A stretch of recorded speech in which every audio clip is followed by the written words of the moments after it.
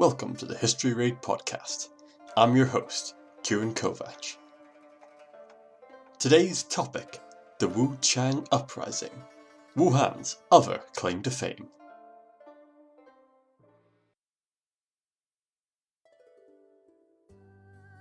As you may be aware, we are currently experiencing a bit of disruption in our lives, thanks to COVID-19, also known as the coronavirus. While not in common use at the moment, it is possible that when the books are written about the current outbreak, a third name may be utilised, the Wuhan Virus. The mere fact this name exists has already turned into a fractious political issue thanks to current back and forth politicking between China and the US over this virus. The Trump administration is currently actively pushing for the use of the term Wuhan Virus when discussing the current outbreak, which has seemingly inspired a tit-for-tat move on the part of Beijing to give its state-controlled media the go-ahead to begin spreading conspiracy theories about COVID-19 being a US bioweapon.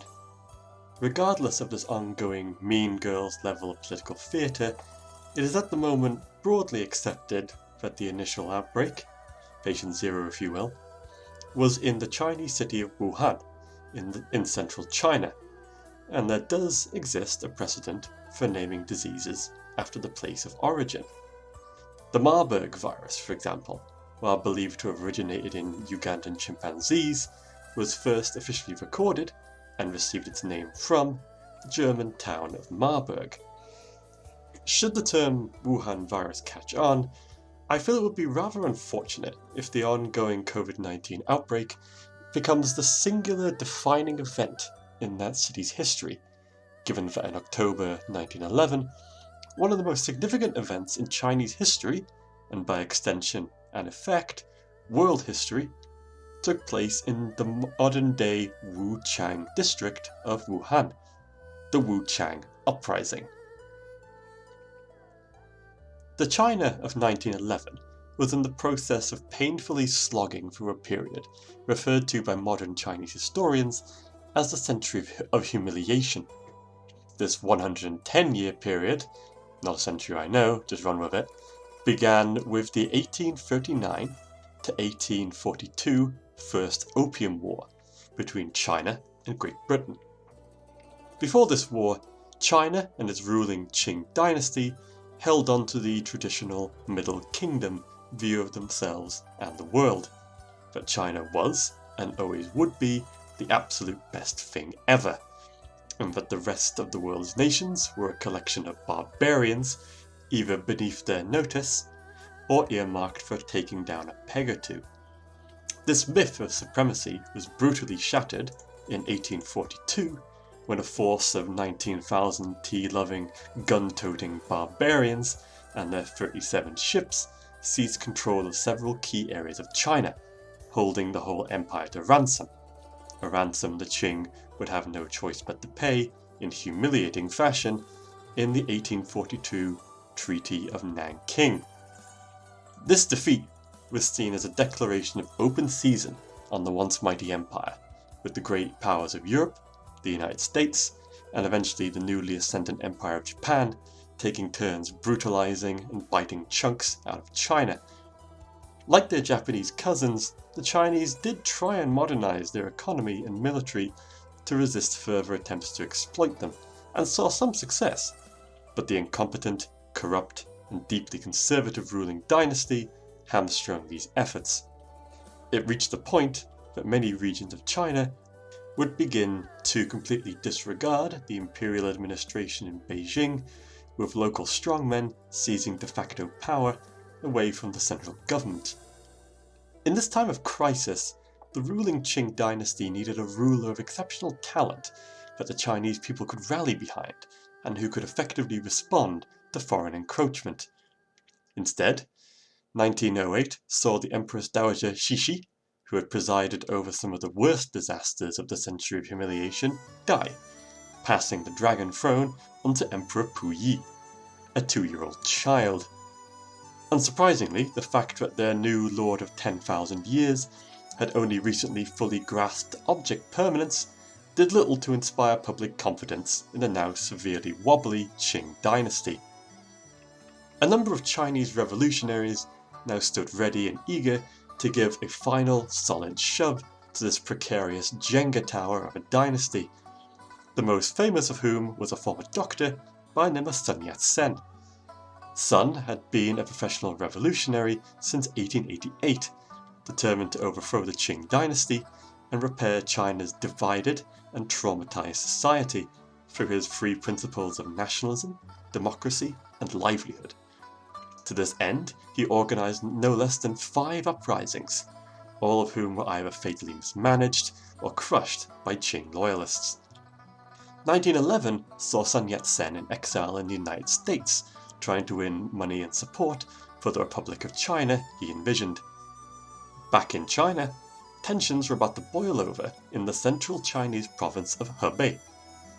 The Qing court had given an order in 1910 that recently constructed railways across southern and central China would be nationalized to bring them under their direct control. The people of southern and central China regarded these nationalizations as theft on the part of the Qing government. Resulting protests against these seizures were met by mass arrests and the shooting of protesters. At the beginning of October 1911, sensing that the public mood was ripe for a revolution, 2 revolutionary groups in the Wuhan area, the Literary Society and the Progressive Association, made contact with members of Sun Yat-sen's own revolutionary group, the Chinese United League, to plan an uprising in Wuchang. On the 9th of October, during preparations for the uprising, the leader of the Progressive Association, Sun Wu, was badly injured while supervising the production of explosives for the uprising. When he was hospitalized, the hospital staff recognized him as a known revolutionary and warned the Qing authorities in Hebei province of an imminent uprising. Their arrest imminent, the revolutionaries launched their uprising ahead of schedule on the 10th of October.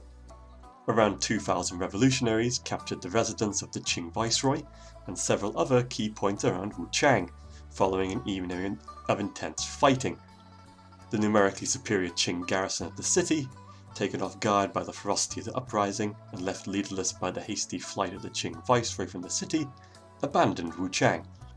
On the 11th of October, the revolutionaries established a military government in Wuchang and sent out telegrams to other provinces urging them to follow their lead in casting off the rule of the Qing. Sun only learned about the events in Wuchang from an American newspaper the day after the initial uprising and immediately made haste back to China. By the time Sun arrived back in China, most of southern and central China had followed Wuchang's example, formally splitting from the Qing. The Qing army was unable to put down the revolution, and on the 29th of December 1911, Sun Yat-sen was chosen by an assembly of provincial representatives in the city of Nanjing as the first president of the new Republic of China. President Sun faced 2 immediate problems. Much of northern China, the traditional heartlands of the Qing, remained under their control. Also, the Beiyang army, the best equipped and trained army in China, remained loyal to the Qing. President Sun's solution to these problems was to strike a deal that in time would inflict a near fatal blow to his new republic. Sun promised the presidency of China to the leader of the Beiyang army, General Yuan Shikai, in return for his army overthrowing the Emperor Puyi. Yuan agreed, and by late 1912, Emperor Puyi was under palace arrest in Beijing, and President Yuan led the, theoretically, reunified China. After China's first national election in January 1913, Sun Yat-sen's new political party, the straightforwardly titled Chinese Nationalist Party, began looking towards turning Sun's 3 principles of nationalism, democracy, and livelihood into policies that would heal the deep wounds in Chinese society. President Yuan, who was never particularly keen on the idea of democracy, saw the Nationalist Party as a threat to his authority, starting a crackdown against them. Sun Yat-sen was forced to flee China in August 1913 after a failed attempt to overthrow Yuan. January 1914 saw the Chinese parliament dissolved, turning President Yuan into a military dictator. While he was a talented soldier, Yuan proved to be a hopeless politician, allowing corruption to run rampant and the generals that governed the Chinese provinces to operate as semi-independent mini-dictators, exploiting the local populace and making the governance of China a disorganized mess. The already low public opinion of Yuan worsened significantly in January 1915, when Yuan caved in to 21 extraordinary demands by Japan, which, without the intervention of several Western powers, would have greatly expanded the already invasive influence Japan enjoyed in northern China. Yuan's response to his country falling down around his ears was to declare himself Emperor of China on the 20th of November 1915, reasoning that a return to imperial rule would somehow reassure the restive population, and that his newfound imperial grandeur would impress foreign powers enough that they would give him diplomatic and economic support. Instead, after a glorious reign of 83 days, Yuan abdicated the throne and returned to simply being the president of a country now on the brink of full-scale anarchy and civil war. Yuan's death from uremia on the 6th of June 1916 ended any pretense of a unified China, and the country collapsed into dozens of independent territories ruled over by warlords. Sun Yat-sen returned to China in 1917 and would spend the remaining 8 years of his life starting the process of slowly piecing China back together. Following his death in March 1925, his protege, Chiang Kai-shek, continued his work, becoming de facto president of the, mostly, reunified Republic of China on October 1928. China would have to endure two brutal existential conflicts, first against the Empire of Japan, and then a civil war between Chiang Kai-shek and China's latest breed of revolutionaries, the Chinese Communist Party under Mao Zedong, before China could once again claim to be a true independent power on the international stage, as laid out in the Proclamation of the People's Republic of China in October 1949, a date which formally ended, in the minds of Chinese historians, China's century of humiliation. Despite the radical shift Chinese communism took away from the ideas of Sun Yat-sen and the Wuchang revolutionaries, Wuhan continues to be regarded as a place of great historical significance for Chinese history. It is the place where the starting gun for China's grueling dash through the last 38 years of China's century of humiliation was fired. While not as grand as Mao's towering portrait in Tiananmen Square, a statue of Sun Yat-sen still stands proudly, flanked by 18-star flags of the Republic of China, in front of the former residence of the Qing Viceroy the Wuhan revolutionaries ousted on the 11th of October 1911. While marred by horrors beyond count, it is worth remembering the remarkable progress China has made in the 109 years since the Wuchang Uprising, and that no matter how much the current pandemic blights the historical record of Wuhan, Wuhan's legacy as the place where modern China began to take shape deserves to be remembered.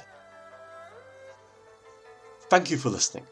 I hope you will continue to tune in during the interesting times ahead for us for more Raids into History.